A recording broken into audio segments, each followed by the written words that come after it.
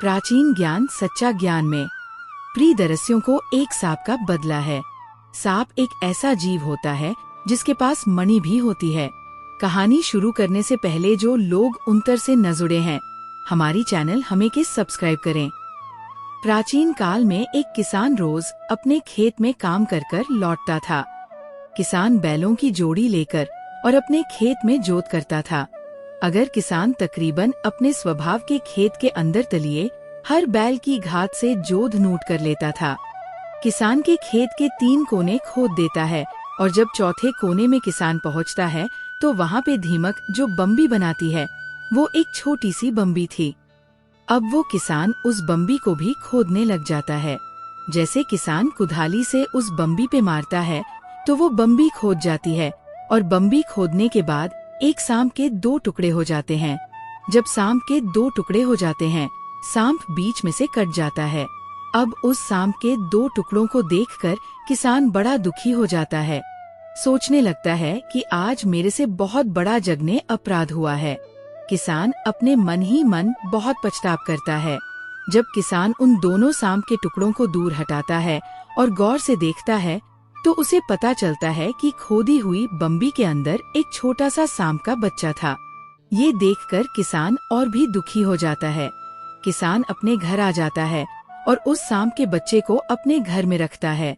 जब किसान उस सांप के बच्चे को लेके घर आता है तो पीछे से नागिन उस बम्बी पे आती है। नागिन देखती है कि उसका पति सांप 2 टुकड़ों में बटा हुआ है और मरा हुआ पड़ा है। ये देखकर नागिन बड़ी दुखी होती है, बिलाप करती है, चिल्लाती है, लेकिन कुछ नहीं होने वाला था।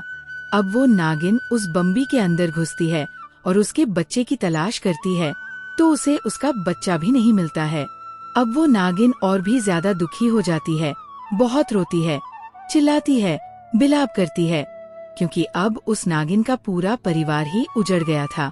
एक तो उसका पति मारा गया, दूसरा उसका पुत्र नहीं मिल रहा था।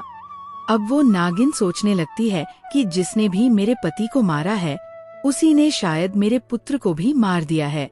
यही सोचकर नागिन खूब जोर जोर से रोती है, खूब चिल्लाती है, लेकिन नहीं तो उसका पति जीवित होता है और नहीं उसे उसका पुत्र मिल पाता है। अंत में जाकर नागिन अपने पति की मरी हुई लाश के सामने एक प्रतिज्ञा लेती है और कहती है, जिसने भी मेरे पति को मारा है और मेरे पुत्र को मारा है उसका भी मैं वंश समाप्त कर दूंगी। उसके परिवार में एक को भी जिंदा नहीं छोड़ूंगी।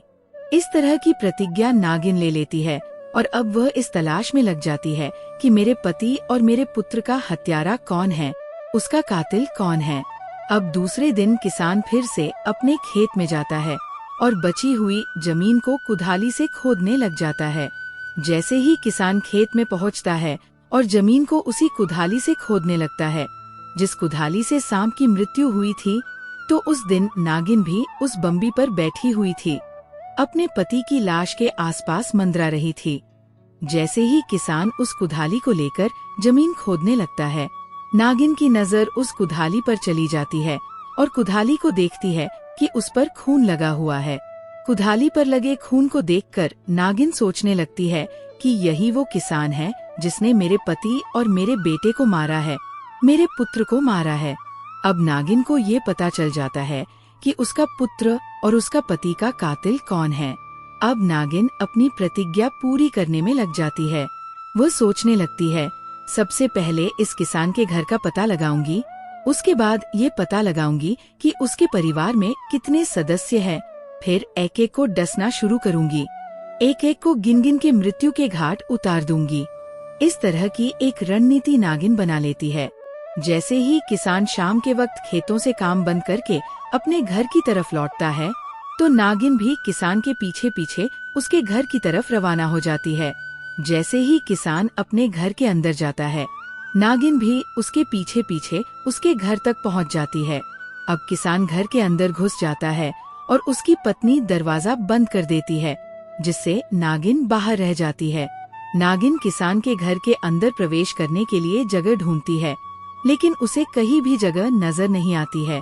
अब नागिन पास में पड़े एक कूड़े कचरे में घुसकर बैठ जाती है और इंतजार करती है कि किसान कब अपने घर का दरवाजा खोलेगा और कब मैं इसके घर के अंदर प्रवेश करूंगी। कुछ देर बाद किसान की पत्नी दरवाजा खोलती है और कुछ काम के लिए घर से बाहर चली जाती है। नागिन इस मौके का फायदा उठाकर किसान के घर के अंदर प्रवेश कर जाती है। जैसे ही नागिन किसान के घर के अंदर प्रवेश करती है तो सबसे पहले किसान का एक छोटा पुत्र उसे नजर आता है, जो पालने में झूल रहा था। अब नागिन सोचने लगती है कि क्यों न इस किसान के पुत्र को सबसे पहले खत्म कर दूं, ताकि इसको ये पता चले कि पुत्र का वियोग क्या होता है। यही सोचकर वो नागिन किसान के पुत्र के पालने की तरफ जाती है और पालने पर चढ़कर किसान के पुत्र को डस देती है और फिर घर से बाहर निकल जाती है। नागिन अपने पति के मृत शरीर के पास जाकर कहती है, पियाजी, मुझसे बहुत बड़ा पाप हुआ है। हो सकता है कि किसान से आपकी मृत्यु किसी अनजाने में हुई हो या फिर वह किसी हादसे का शिकार हुआ हो, लेकिन मैंने जानबूझकर किसान के पुत्र को मौत के घाट उतार दिया है। इसी बात का मुझे बहुत पछतावा हो रहा है। नागिन को ये महसूस होता है कि किसान और उसकी पत्नी बड़े धार्मिक और दयालु हैं और उन्हें ये सब करने का कोई अधिकार नहीं था। वह अपनी गलती का पछतावा करती है। नागिन सोचने लगती है कि कैसे वह अपनी गलती का प्रायश्चित करे और फिर वह दौड़ते हुए शिवजी के मंदिर जाती है। भोलेनाथ की पूजा करने लगती है, क्योंकि कहा जाता है कि नाग और नागिन भोलेनाथ के परम भक्त होते हैं। नागिन ने अपने दिल से भोलेनाथ से एक ही इच्छा मांगी, प्रभु, मैंने अनजाने में किसान के पुत्र को मार दिया है। मैं अब यह चाहती हूँ कि किसान को किसी भी तरीके से एक पुत्र प्राप्त हो। भोलेनाथ उसकी पुकार सुनते हैं और कुछ दिनों बाद एक पंडित और उसकी पत्नी एक छोटे नवजात बालक को लेकर किसान के पास आते हैं। वे किसान से कहते हैं, भैया, हमारे पीछे कुछ गुंडे पड़ गए हैं और वे हमारे पुत्र को मार डालेंगे। कृपया आप हमारे पुत्र को थोड़ी देर के लिए संभाल ले। किसान और उसकी पत्नी पंडित और उसकी पत्नी के बेटे को गोद में लेकर उन्हें अपने घर में ले आते हैं। अगले दिन किसान खेतों में काम करने जाता है और वहाँ पंडित और पंडितानी की मृतदेह पाई जाती है। ये देखकर किसान बहुत दुखी होता है और उनका अंतिम संस्कार करता है। इसके बाद वह और उसकी पत्नी पंडित के पुत्र का लालन पालन करने लगते हैं और उसे अपना पुत्र मान लेते हैं। एक दिन नागिन किसान के घर आती है और देखती है कि किसान दोनों बच्चों को, यानी अपने सांप के बेटे और पंडित के बेटे को दूध पिला रहा है। ये देखकर नागिन बहुत प्रसन्न होती है और सोचने लगती है कि किसान वास्तव में एक धर्मात्मा और पुण्यात्मा व्यक्ति है। लेकिन फिर नागिन के मन में एक विचार आता है कि उसकी जीवन की कोई इच्छा नहीं बची। उसने धीरे धीरे किसान के पास जाने का निर्णय लिया। वह एक औरत का रूप धरकर किसान से कहती है, किसान, मैं तुम्हें एक वस्तु देने आई हूँ। इस वस्तु को संभाल कर रखना और इसे कभी भी किसी को मत देना। ये चीज तुम्हारे घर में हमेशा रहनी चाहिए। ये कहानी एक प्रेरणादायक और नैतिक संदेश देने वाली है, जिसमें धर्म, दया और जीवन के सच्चे मूल्यों को दर्शाया गया है।